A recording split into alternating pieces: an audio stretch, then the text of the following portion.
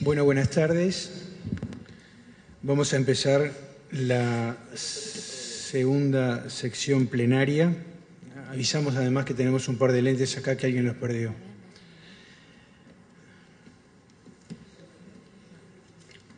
Para ello vamos a contar, en principio, con las doctoras Mariela Cajiga y Natalia Costa.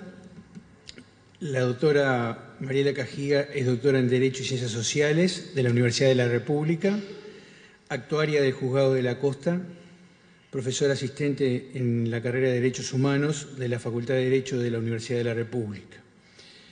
Natalia Costa es doctora en Derecho y Ciencias Sociales, profesora adjunta de Derecho Penal e investigadora de la Facultad de Derecho de la Universidad de la República y es asesora letrada de la Dirección General Impositiva.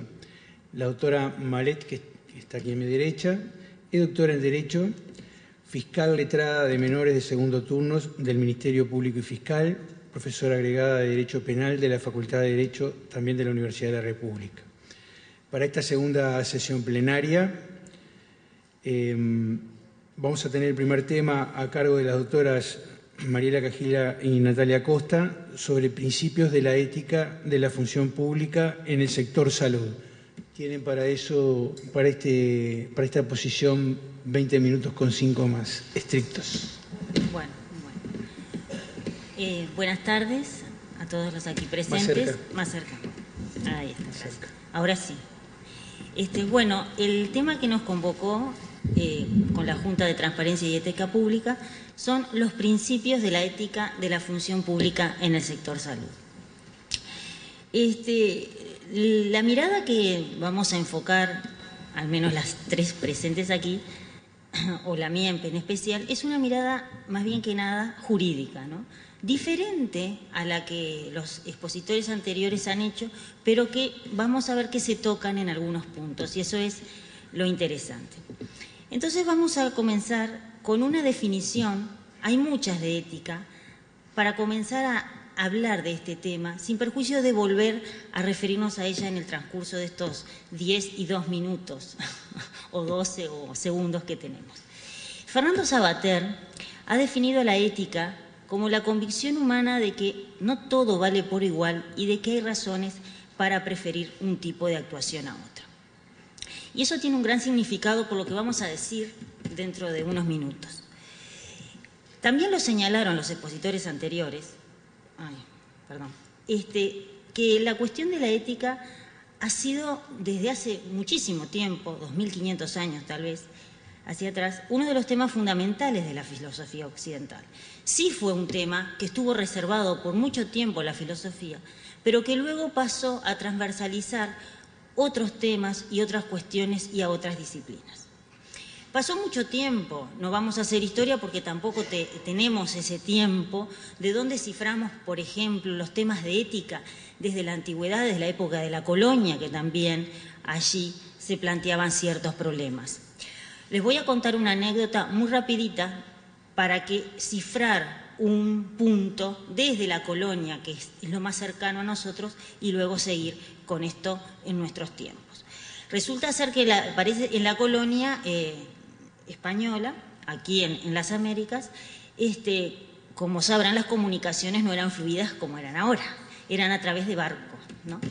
Entonces parece que los estudiosos del tema, en estos temas, dijeron, bueno, ¿cómo ciframos el estudio no de la ética, sino del lado oscuro de la cuestión, de la corrupción por estos lados? Y bueno, estudiando, un autor, un sociólogo argentino, dice, bueno, yo voy a cifrar, voy a encontrar en esta frase. Resulta ser que Hernán Cortés parece ser que tuvo un problema en la colonia, un problema ético, un problema importante a solucionar. Pero esos problemas se tenían que resolver en la época a través de lo que se llamaban las reales cédulas. ¿Y qué hacía? Esa real cédula iba al reino y volvía, pero cuando volvía el tema ya estaba más que resuelto por la práctica. Entonces, cuando Hernán Cortés recibe la real cédula en el año 1600 y algo por ahí, el tema ya había solucionado y él dice algo que es muy significativo para los sociólogos y estudiosos de estos temas. Dice, se acata pero no se cumple. En ese momento es que comienza el estudio o comienza, no sé si el estudio decirlo así, pero la corrupción en Latinoamérica, como un punto de inflexión allí. Puede ser anterior, pero este estudioso lo cifra ahí. Bueno, pasa el tiempo, no vamos a hacer toda la historia, pero hay ciertos hitos que sería bueno marcarlos para seguir adelante. Por ejemplo, el tema Watergate, que todo el mundo aquí conoce y no nos vamos a detener, en el año 1974, que involucró a prestigiosos políticos de los Estados Unidos. Luego, en el año 77, se aprueba la Ley de Prácticas Corruptas en el Extranjero, Estados Unidos. En el año 83 aparece la primera reunión de la Conferencia Internacional Anticorrupción en Washington. En el 93 se crea el organismo Transparencia Internacional, aparece la Comisión Nacional de Ética en Chile, el Comité Nolan, que es bastante importante en Inglaterra, y que en el 95 se crea el Informe Nolan, que contiene las normas de conducta en las instituciones públicas. ¿Pero por qué se hace mención a estos organismos y a estas creaciones de normas? Es importante porque se da cuenta de que el prestigio de las instituciones democráticas, de las instituciones políticas, no solo depende de la aplicación objetiva de las leyes, sino específicamente de lo que es la conducta de sus funcionarios y de sus servidores públicos. ¿Y por qué es importante decir no ya funcionarios, sino servidores públicos? Bueno, van a ver que en estos principios básicos, dichos muy rápidamente, en el informe Nolan aparecen estos principios: altruismo, integridad, objetividad, responsabilidad, transparencia, honestidad y liderazgo. Todos son importantes, no están puestos en orden jerárquico ni de mayor o menor importancia. Pero hay tres ahí, que después lo van a ver mis compañeras, que es la responsabilidad, la transparencia y la honestidad, que giran y convergen en torno a lo que es el concepto de ética en general. ¿Qué pasa? Todos estos documentos que acabamos de señalar, vieron que aparecen en la época de los 70, luego se van desarrollando en el 80 y aparecen por estos lares allí a partir de los años 90, cuando, 85 más o menos al final, cuando, ¿qué pasa en Latinoamérica? Las democracias empiezan a retornar a nuestros países. Y eso es muy importante tenerlo en cuenta, porque en un lugar donde no existe el Estado de Derecho, parece impensable hablar de principios éticos. Entonces es a partir de ahí que comenzamos en nuestra Latinoamérica a hablar de estos principios éticos con el retorno a la democracia. Pero ¿qué pasa? Cuando se comienza a hablar de todo esto, los especialistas y la sociedad en su conjunto se da cuenta de que existe un vacío ético en las instituciones. No, hasta ese momento como que no había nada, o no solo un vacío ético, sino un nivel de corrupción que, lejos de desaparecer con la instauración democrática, se profundiza aún más. Bueno, es así que aparecen estos principios básicos y estos principios informan sobre algo muy especial o dicen de algo muy especial. Todos ellos se vinculan con el servicio que hace el servidor a la colectividad. No olvidemos que la palabra administración pública, pero administración, esa palabra, significa servirá. Por lo tanto, nosotros, los que trabajamos en la administración pública, somos servidores. Más que funcionarios, somos servidores públicos. Y ese concepto de funcionario a servidor público también sufrió un proceso evolutivo en nuestra sociedad. Es importante tener ese servicio a la colectividad en aras del bien común, o sea, ese plus en aras del bien común. No es que yo soy un funcionario y cumplo meramente con mi función, sí, pero esa función tiene que ser, prestada en condiciones de eficiencia, de calidad, de honestidad, en tiempo y forma, como dice acá, de objetividad. O sea, no es solo cumplir con la norma, hay un plus que deberíamos de integrar. Bien, también no lo menciono acá, pero sí, y bueno, eso va a ser objeto de repente también más adelante, que se suscribe en nuestro país y es ratificada por nuestro país, la Convención Interamericana contra la Corrupción y la Convención de Naciones Unidas contra la Corrupción. Vienen determinados conceptos a tallar en todos estos informes y en todas estas discusiones. El concepto de ética. Yo acá lo que puse es la actividad ética, pero previo a la actividad ética vamos a hablar de dos conceptos que a veces hablamos que parecen o suenan parecido, pero no es lo mismo, hay una sutil línea entre uno y otro. La ética tiene una función eminentemente preventiva. Tiene una necesidad de abordar de manera integral lo que son los temas referidos a la ética pública. Por eso la definición que pusimos de Fernando Savater. Pero ¿con qué a veces confundimos o hablamos? Bueno, esta persona o este funcionario, este servidor público, tuvo un comportamiento, decimos, moralmente aceptable o no moralmente aceptable. Y confundimos ese moralmente con el concepto de ética. No es que esté mal, pero es bueno saber qué diferencia existe entre una y otra. Entonces, la moral es distinta a la ética, porque la moral, si se quiere, es más particular y la ética es más universal. Por eso su relacionamiento también con los derechos humanos. ¿Qué pasa? La moral la podemos definir como las pautas, los valores y las normas de grupos y culturas determinadas, en un momento también determinado. No es lo mismo la moral de los 60 que la moral que podemos tener hoy. En cambio, la ética estudia los fundamentos, las explicaciones que las distintas culturas o comunidades se han dado a sí mismas para ordenar su propio funcionamiento. Es decir, la ética es más amplia, abarca a la moral. Lo que pasa es que la ética reflexiona en el quehacer moral. La moral es más, no quiero decir chica porque no es la palabra, pero es más acotada. ¿Y por qué lo vinculamos con los derechos humanos? Porque al considerar los distintos puntos de vista comunes que puede tener la ética con los derechos humanos, ya sean normas, valores, difundidos en las distintas culturas, por ejemplo, el derecho a la vida. El derecho a la vida podrá ser tratado de diferente manera, pero está en todas las culturas. El derecho a la educación, el derecho a la justicia, por ejemplo.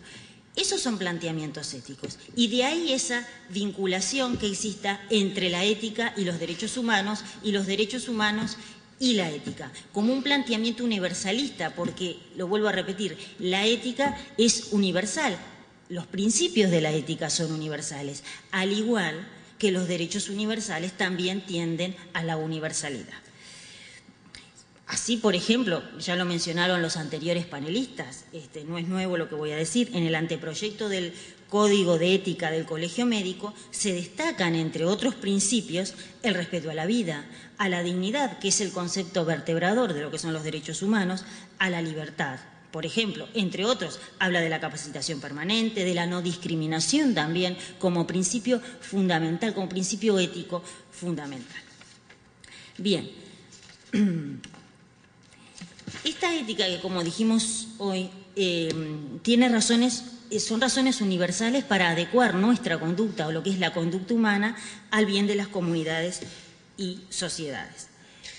Para esto, si bien son necesarios los cambios legales o los cambios normativos que deben acompañar todas las transformaciones sociales, es necesario también que se opere desde nosotros, desde los servidores públicos, pero también desde la comunidad, un cambio de mentalidad.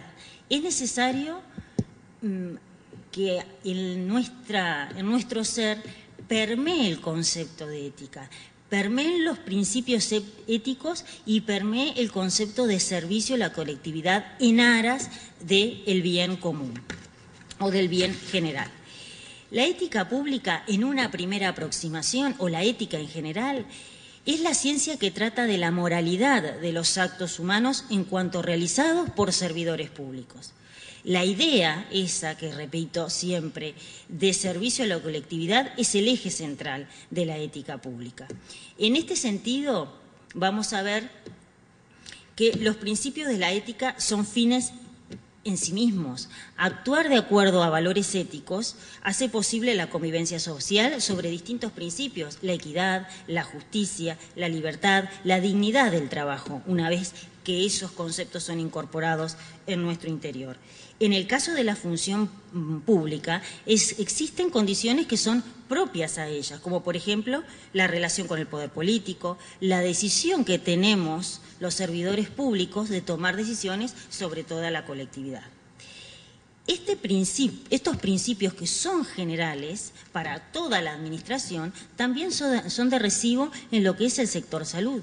Por ejemplo, como lo señalan dos médicos que han escrito sobre este tema, Alfonso Vélez y Maya Mejía, la salud pública es una ciencia y, como tal, dicen, debe apoyarse en la ética para que promueva el desarrollo humano.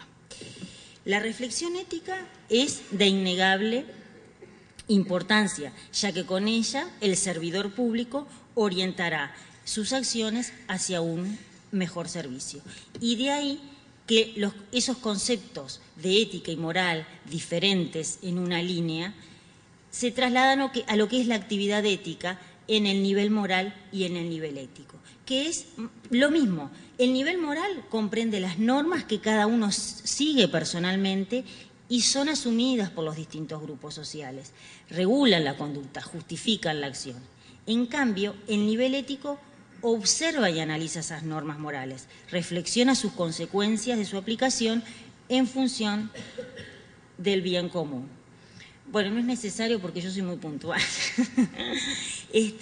Bien, como nosotros nos dividimos con mi compañera la ponencia, yo voy a ir terminando por acá, pero tan solo lo que me resta por decir es que en la ética pública lo que tiene que quedar, el eje central, es esa idea de servicio y de prestar ese servicio en condiciones de dignidad. Esa es la importancia fundamental de la ética y de su relacionamiento con los derechos humanos. Una mirada desde los derechos humanos seguramente será un proceso lento, no lo niego, pero una mirada desde los derechos humanos seguramente cambiará la visión que tengamos del quehacer cotidiano en lo que es la función pública.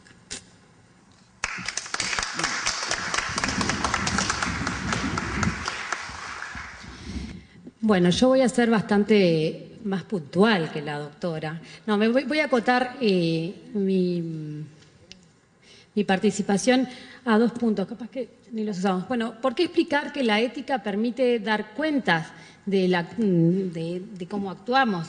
Porque justamente un comportamiento ético, como mira o como acude al universal, trata de identificar las normas morales que rigen a un grupo o a un sistema, importa la obligación de mirar la situación con realismo y, en función de las normas y de la situación dadas, tomar una decisión. Eso es lo que a mí me permite dar cuentas, rendir cuentas de lo que estoy haciendo. Tanto sea el que da el número para pedir la consulta médica, como sea el gestor de salud o el ministro o el Poder Ejecutivo cuando está adoptando una política pública. Por eso la importancia y la exigencia ética, que no tiene distinción de función, ¿no? A todos, todos estamos llamados a actuar éticamente por eso, porque es la única manera en la que podemos rendir cuentas de lo que estamos haciendo. Y eso tiene que ver con la democracia, como lo dijo Mariana,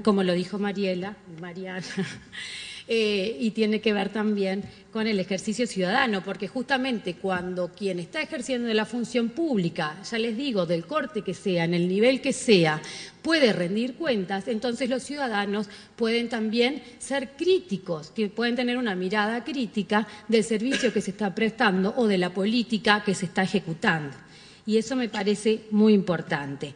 Es innegable, y más en el sector salud, en todos los sistemas, ¿no?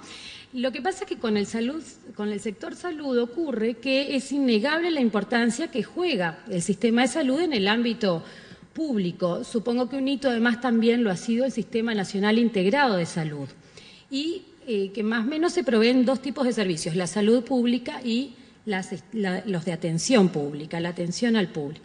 Si miramos los servicios de salud pública, pueden ser vistos como bienes públicos que generan externalidades positivas, control sanitario, regulación en la atención de salud, vigilancia epidemiológica. Pero también los servicios de atención a la salud son bienes públicos, más allá, o por lo menos bienes privados de uso público que tienen que ver con servicios de salud individuales, diagnósticos, servicios curativos, paliativos, de rehabilitación, etcétera, que son proveídos tanto por el Estado como los particulares. Y en tanto ambos servicios de salud pública son un bien público de beneficio general e indivisible, la rendición de cuentas, entonces el actuar transparente y en un actuar ético que permita transparentar lo actuado, resulta de gran importancia. Y bueno, ¿y por qué además la exigencia de la probidad, lo ético como la probidad? Porque no es que estemos descubriendo la pólvora. Buscando también, preparando la charla, encontramos que en un informe al Banco Mundial, en el año 2012 dijo que estaba comprobada la relación estrecha entre el descenso de la mortalidad infantil y los niveles altos de integridad percibidas en relación con el gasto en salud pública. Y en un reporte que también mencionaron anteriormente a la Organización Mundial de la Salud en el 2009, se dijo que las emergencias de salud pública que se dieron a nivel mundial durante la década pasada pusieron de relieve la importancia de la transparencia de la información sanitaria para manejar y responder adecuadamente a la crisis por parte de la comunidad internacional y cómo la renuencia de las autoridades a reconocer y comunicar el problema potencial de la enfermedad gripe A en las primeras fases de su aparición contribuyó a su rápido esparcimiento global. Entonces, comportamiento ético, actuar transparente, son dos cosas que están muy vinculadas, y responsabilidad, y es lo que permite además asumir una responsabilidad. No voy a entrar en lo que es accountability, porque no, eso lo dejamos para los talleres, capaz que para respetar el tiempo. Sí, también me interesa poner o aclarar algo que cuando preparábamos este trabajo discutíamos con Mariela. ¿Es necesario una ética particular para el sector salud? No, en realidad las normas éticas son universales.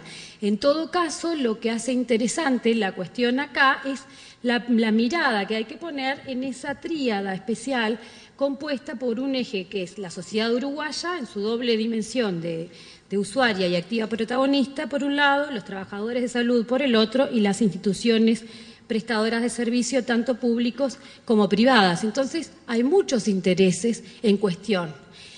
Y en ese sentido, si miramos las cosas y cómo tendría que ser un diseño ético, un diseño de promoción de la ética, y con esto ya termino, creo que un poco lo que todos dijeron, pero en primer lugar tiene que contar con un apoyo y un compromiso claro, ¿no? Sin apoyo político ninguna iniciativa va a prosperar. Es fundamental contar además con un compromiso claro e inequívoco por parte del Gobierno para enfrentar esta cuestión.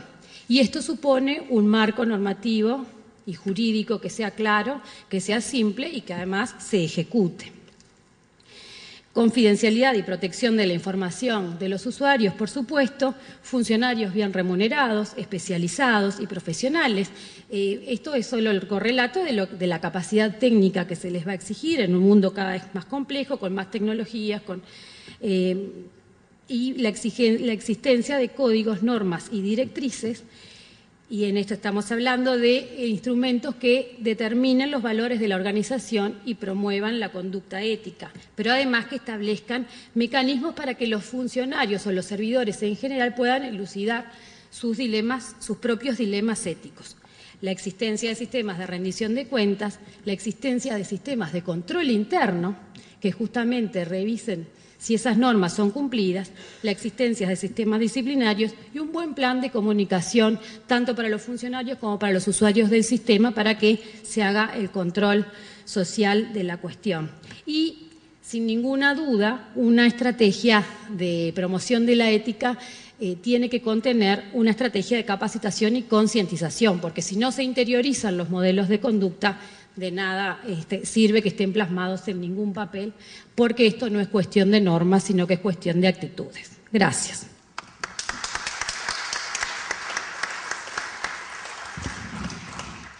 Bueno, agradecemos especialmente el respeto del tiempo a las dos ponentes y le cedemos la palabra en este momento a la doctora Mariana Malet para que nos exponga sobre normativa anticorrupción en Uruguay. Aprovechamos este impasse para recordarles que se recuerda que es necesario la entrega del formulario de inscripción a los funcionarios de la JUTEP que se encuentran en la sala como requisito indispensable para que les sea enviado a posteriori el certificado de asistencia y la publicación de las ponencias. Y también que va a haber un espacio para evacuar consultas al final de cada bloque de ponencias. Las preguntas a los expositores deben ser formuladas por escrito. A esos efectos tienen adentro de la carpeta una hojita que nos pueden acercar con lo que quieran preguntar. Al finalizar este panel, los funcionarios de ACE los esperamos para acompañarlo a la Torre de los Profesionales para los talleres que están programados a posteriori en el 4º piso de la Torre de los Profesionales, acá a 2 cuadras, Yaguarón y Colonia. Bueno, doctora, adelante. Bueno, en primer lugar, un agradecimiento. Es verdad, perdón. Un agradecimiento a la invitación de la Junta Anticorrupción, ya sé que el nombre no es este, y en especial al doctor Yarzábal. Esto es lo que para la gente de Facultad de Derecho, bueno, para toda la universidad es extensión, y para mí resulta particularmente importante porque es en un ámbito que me voy a mover que no es el habitual para mí. Tampoco voy mucho a los medios de comunicación, así que mi ámbito normal es la universidad misma. Así que estoy doblemente agradecida por esta invitación. Me parece que primero, como hablamos mucho de corrupción, me parece que tenemos que aterrizar y decir qué es lo que entendemos por corrupción. Después van a ver que podemos hablar de la corrupción en el ámbito público, en el ámbito privado, pero genéricamente corrupción es como irrupción, ¿no? Es un corte, el término ese, esa sílaba, significa un desvío de un orden establecido. En la base está la deslealtad contra la institución a la que uno pertenece, la idea de lo desleal, ¿no? Y ahora que estuvimos hablando de la ética. La ética es un concepto más abarcativo y eso lo tenemos que tener bien claro. La corrupción implica siempre violación de la ética, pero no ocurre al revés. Es decir, que la ética comprende la corrupción, pero muchos actos que no son éticos no quiere decir que sean corruptos. Otro distingo que me parece importante realizar es con respecto a la culpa.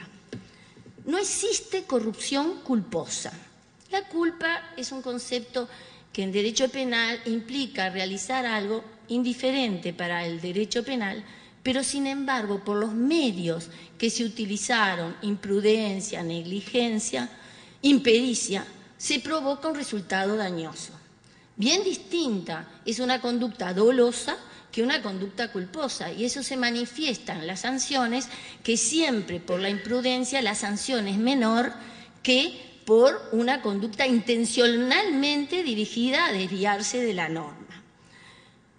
Cuando uno es corrupto, quiere ir en contra de la norma, quiere desviarse de la norma. Por lo tanto, la conducta va a ser siempre dolosa. No existe corrupción culposa.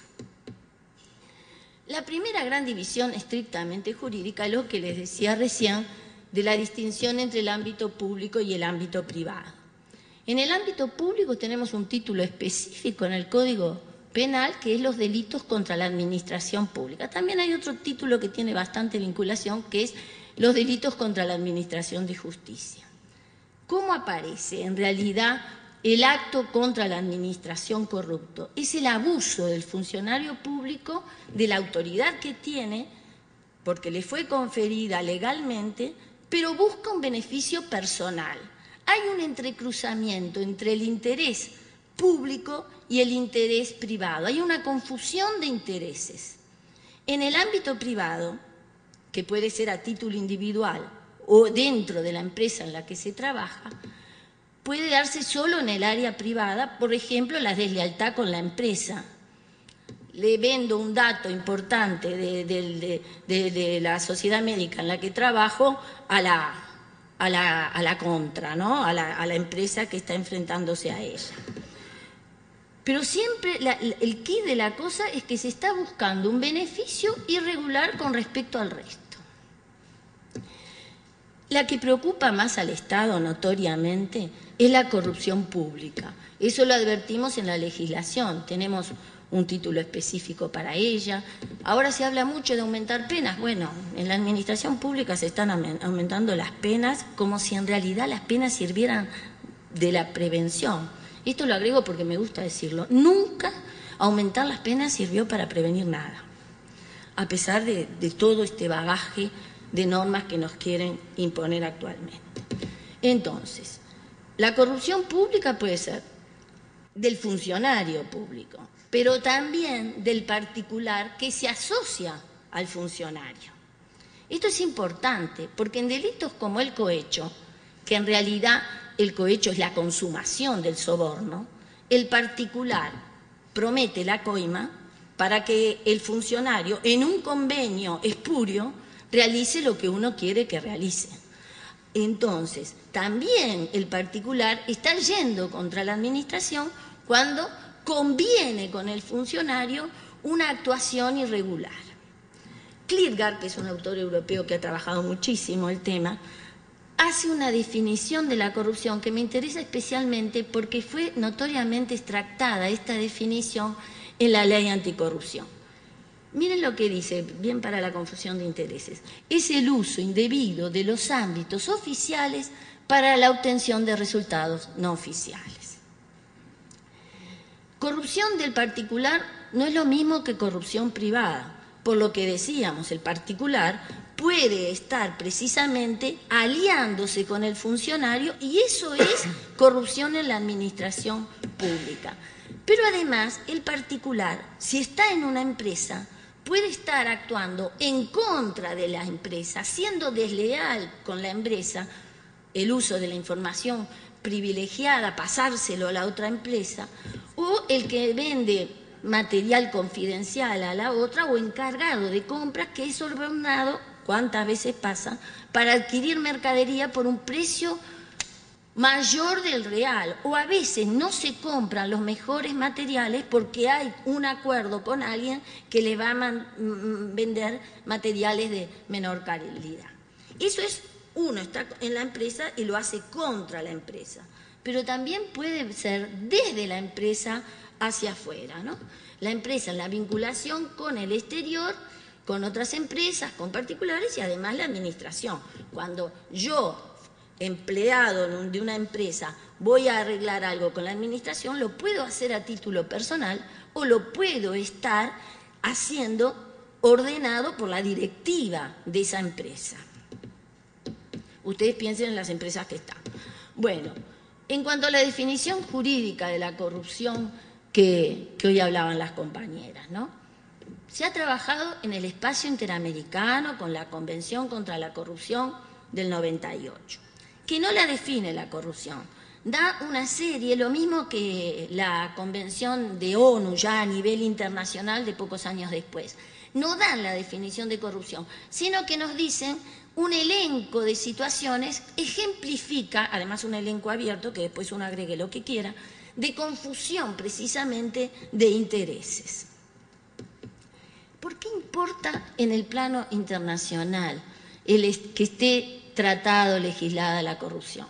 Por lo que decían hace un ratito, el fenómeno de la globalización, el gigantismo de las empresas por encima de los estados. Se quebró la simetría hace mucho tiempo entre el espacio económico y el espacio político. Por encima de los estados están las multinacionales. Y entonces ahí vamos a tener, con la liberalización de bienes, de comercio, el mercado de capitales, la informática, el traspaso de bienes rápidamente de dinero financieramente, todo eso provoca que por encima de los estados estén esas empresas. De ahí que se hayan previsto particularmente las figuras del soborno internacional. Es decir, cuando una empresa le conviene en un país, sobre todo en Latinoamérica, lo han aprovechado, aunque la corrupción está en el mundo, y ellos también son corruptos por lo que decíamos. Cuando una empresa norteamericana, por ejemplo, viene a América y paga una buena coima para que entren sus productos en la empresa. ¿Qué es lo que advirtieron en Estados Unidos? Que eso era digo Estados Unidos porque es donde arranca toda esta legislación. Advirtieron que eso iba contra las propias empresas del país porque se generaba una competencia desleal entre la empresa que cumplía las reglas del país al que quería vender sus productos o servicios y la que lo hacía en una forma con la cometa famosa y entonces podía entrar mucho más fácil. Ese es uno de los temas, Capella justo lo ha señalado como ese soberano privado, no estatal, que son las empresas internacionales y que no nos debemos de olvidar. ¿Qué es lo que pasa a nivel nacional? Bueno, tenemos las normas sobre el uso indebido del poder público y acá viene esa definición que yo les decía inspirada en Klitgard. Es el uso indebido del poder público o de la función pública para obtener un provecho económico para sí o para otro, se haya consumado o no un daño al Estado. Ahí está imbricado el interés personal y el público. Pero acá estamos solo hablando de corrupción pública y particularmente vinculado a la función de la JUTEP. No tenemos una definición de corrupción privada y cuando es solo entre particulares, en realidad no hay una confusión directa entre el interés público y el interés particular, porque en definitiva todo esto va mellando incluso a una sociedad democrática, sobre todo cuando hacemos la clasificación de la corrupción y vemos que puede ser una corrupción sistémica. Entonces ahí no me voy a detener en esto, cómo los efectos de la corrupción pueden llegar a atacar a las mismas bases de una sociedad porque va contra la igualdad de las partes, que es uno de los principios constitucionales. Entonces pasemos directo a las clases. Para poder, las categorías son siempre, empobrecen una construcción, pero también clarifican. Entonces después ustedes pueden ver mayor o menor sutileza, tratar el tema, pero me parece que en una forma de verlo por primera vez en un ordenamiento puede ser útil. Heidenheimer, que también es un estudioso del tema, dice que podemos verla según la percepción. Entonces es por los colores. La negra, son las élites y la opinión pública están de acuerdo en que la negra siempre merecedora de reproche y castigo. La gris, ahí ya estamos oscilando, ¿no? Usualmente las élites desearían penalizar las conductas, pero otros dicen que no deberían castigarse y en una posición ambigua. Y la blanca, como la mentira blanca, la mayoría en las élites y en la opinión pública considera ciertos niveles tolerables y no apoyan directamente la criminalización. A mí me gusta una referencia que hace Nieto García, un administrativista, que dice que hay también algo que es un matiz distinto. Cuando es tan grande la corrupción, y lo señala particularmente para la Argentina en alguna época, habla de la resignación indiferente. Dejo la expresión para que ustedes la rellenen de contenido. Por la gravedad que está vinculado con esto de los colores, pero es una concepción más bien subjetiva. La sistémica o endémica es una disfunción ya estructural, preocupante. Lo que se espera, la expectativa, es de conducta corrupta de la mayoría y que además no va a tener efectos en el área penal y va a quedar impune. En general, actúa más de una persona, más de un funcionario. Por eso es que a veces hay superposición de concepciones. Las prácticas corruptas traspasan un sector de la administración para otro. Y a veces puede ocurrir que se dé en varios sectores de la administración y alguno quede incólume, imagínense la universidad, por ejemplo. Pero normalmente cuando es sistémica está por todos lados. Incluso por los administradores, por los jerarcas, se protegen los comportamientos indebidos y se castiga al que denuncia esos comportamientos indebidos, ¿no? Se degrada a quien denuncia, es estigmatizado el que advierte y señala al que está cometiendo el delito. Y bueno, por contraposición, la incidental, que es esporádica. Después tenemos una clasificación que en la terminología de los españoles se dice con robo, que no es un término para nosotros. Robo es con violencia, nosotros usamos otra terminología, pero es gráfico, ¿no? Para señalar si hay afectación económica o no de la administración.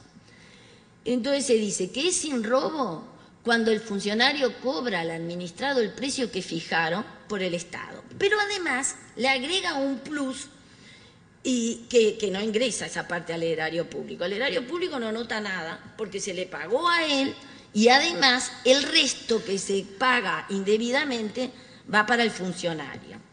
Con robo es cuando se le quita al Estado, cuando en realidad no va para el Estado lo que correspondía, sino que a través de un subterfugio queda en el particular. Bueno, esta corrupción alía los intereses del empleador y el funcionario, de los empleadores, los compradores y los funcionarios, es mucho más predominante, con robo. Y después tenemos la de la categoría de los involucrados, ¿no? Puede ser en los niveles superiores que venga la corrupción o puede ser que esté por abajo. Entonces, de arriba abajo, se llama también de una forma bastante gráfica, los jerarcas deciden, son los jerarcas que deciden, planifican y ejecutan los actos. La actividad para extorsionar o solicitar los pagos indebidos está centralizada en los que mandan. Fijan los precios y la forma del reparto cuando es necesario hacerlo, cuando se enteran los de abajo y para pagar complicidades hay que darle algún dinero. Pero además tiene la ventaja de que el que tiene que pagar ya sabe el monto total, porque el que va a mover los hilos es el jerarca. Entonces yo, que le quiero pagar, bueno, me dice clarito cuánto es que voy a tener que pagar. Gracias. Y después viene la corrupción de abajo arriba, que es cuando los inferiores deciden, planifican y ejecutan la corrupción. Los superiores desconocen los actos o cuando se los conocen, bueno, reparten, pero son los que hacen la vista gorda, pero muerden un poquito también. Aquí la desventaja para el que paga es que nunca se sabe bien cuánto hay que desembolsar y si va a ser efectivo, porque le está pagando a los mandos inferiores, entonces no está seguro de que pueda cobrarlo, hay cierta incertidumbre, ¿no?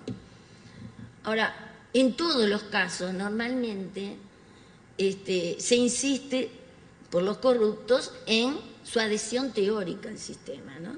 Es muy difícil que sean medio flexibles. Normalmente el corrupto es el más riguroso con las normas éticas y morales. Y ahora les quería señalar 3 o 4 delitos para no aburrirlo, porque me parece que el tema del secreto les va a interesar más. Algunos delitos contra la administración que uno puede percibir. Por ejemplo, el peculado. En realidad el peculado es el propio funcionario que se apropia de algo que tiene para hacer un uso determinado de ello por la función que cumple. Entonces dispone como si fuera el dueño de una cosa que no es dueño. Es la apropiación indebida del funcionario público. Me llevo la computadora para mi casa, por ejemplo. Y esto me parece importante distinguir la concusión del cohecho. En la concusión, el particular no va a ser penado porque está en una situación de inferioridad con relación al funcionario público. El funcionario es el que lo compele a través de amenazas de realizar algo y pagarle por el acto de servicio que realiza. Se siente violentado, no es una relación de acuerdo igualitario, sino que es una relación de inferioridad de aquel para que le salgan las cosas, tiene que pagar. Es la concusión violenta.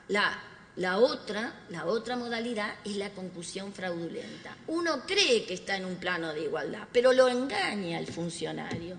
El funcionario lo hace creer que tiene que pagar, por ejemplo, por un acto de la función que debería ser gratuito. Esa es la concusión fraudulenta.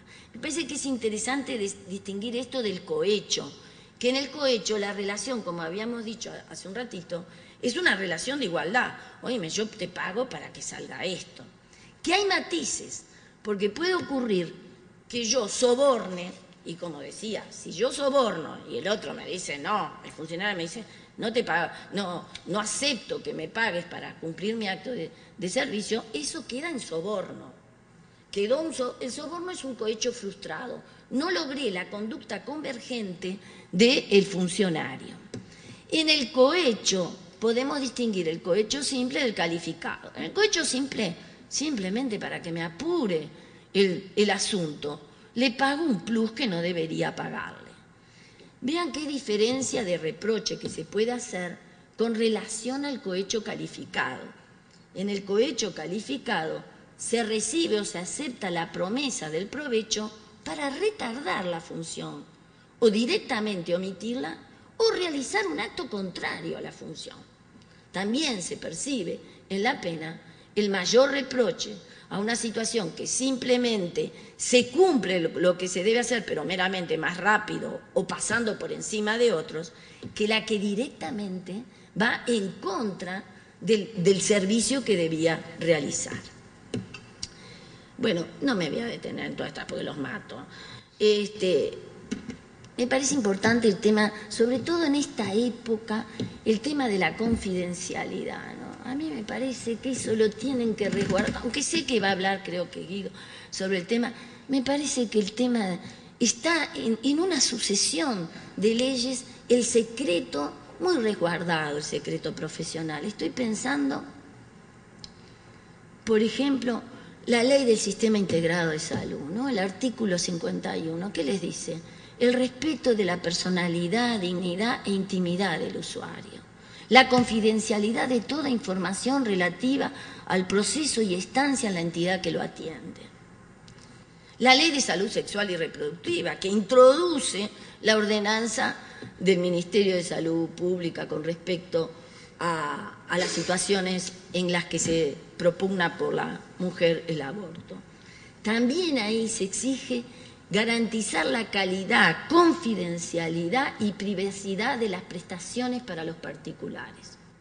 Incluso la ley que después del Código, en el 38, se penaliza el aborto, incluso ahí la información que el que tiene que atender a una mujer que por problemas en el aborto quedó con secuelas y tiene que atenderla a un médico, incluso la información que se tiene que dar al Ministerio de Salud Pública es una información de números con prohibición de dar nombres. Por eso, esa tendencia que hubo de varios médicos de haber hecho denuncias de mujeres que habían abortado, no solo no cumple la ley, sino que va en contra de ella. Bueno, y me parece que lo otro que les quería hablar, que creo que también vale la pena, es algunas áreas de la medicina vulnerables a la corrupción, ¿no? Y eso uno lo ve en la relación con los pacientes, ¿no? ¿Cuándo podemos encontrarnos con el tema? Cuando se está interesado en el bien que otro tiene y que se lo puede facilitar. Por ejemplo, los medicamentos. Yo necesito estupefaciente. El tema de la receta puede ser un tema frágil en cuanto a la corrupción. O usar la estructura de la mutualista en que uno trabaja para atender pacientes privados, por ejemplo. Esos son actos de corrupción. El atender a un paciente de uno cobrándole particularmente y atenderlo en la mutualista. Y ahora una referencia al poder de los psiquiatras. En el sistema judicial, ¿no? Los juicios sobre incapacidad, el Código General del Proceso. Vean qué importante que es el dictamen del médico psiquiatra en cuanto a la posibilidad de la persona de atender o no, administrar o no sus bienes. ¿Cuántos intereses económicos hay ahí? La ley de asistencia a psicópatas, el que puede disponer el encierro de una persona, el artículo 11. En el área penal, el dictamen sobre la capacidad de apreciar el carácter ilícito de lo que hizo, determinarse conforme a esa apreciación, el basamento en realidad para decidir el juez, porque el que lo decide es el juez, si el sujeto era imputable o no. Y finalmente, los médicos forenses, las autopsias, los puntos que le pueden estar dando al juez y al fiscal para que advierta por dónde pudo entrar la bala, por ejemplo, la entidad de las lesiones. Eso ya no son los psiquiatras, esos son los médicos forenses. Digo, vaya que hay puntos en los que es muy importante la ética la corrupción y también recordar que ética y corrupción no son sinónimos, aunque tienen muchos puntos de contacto. Muchas gracias.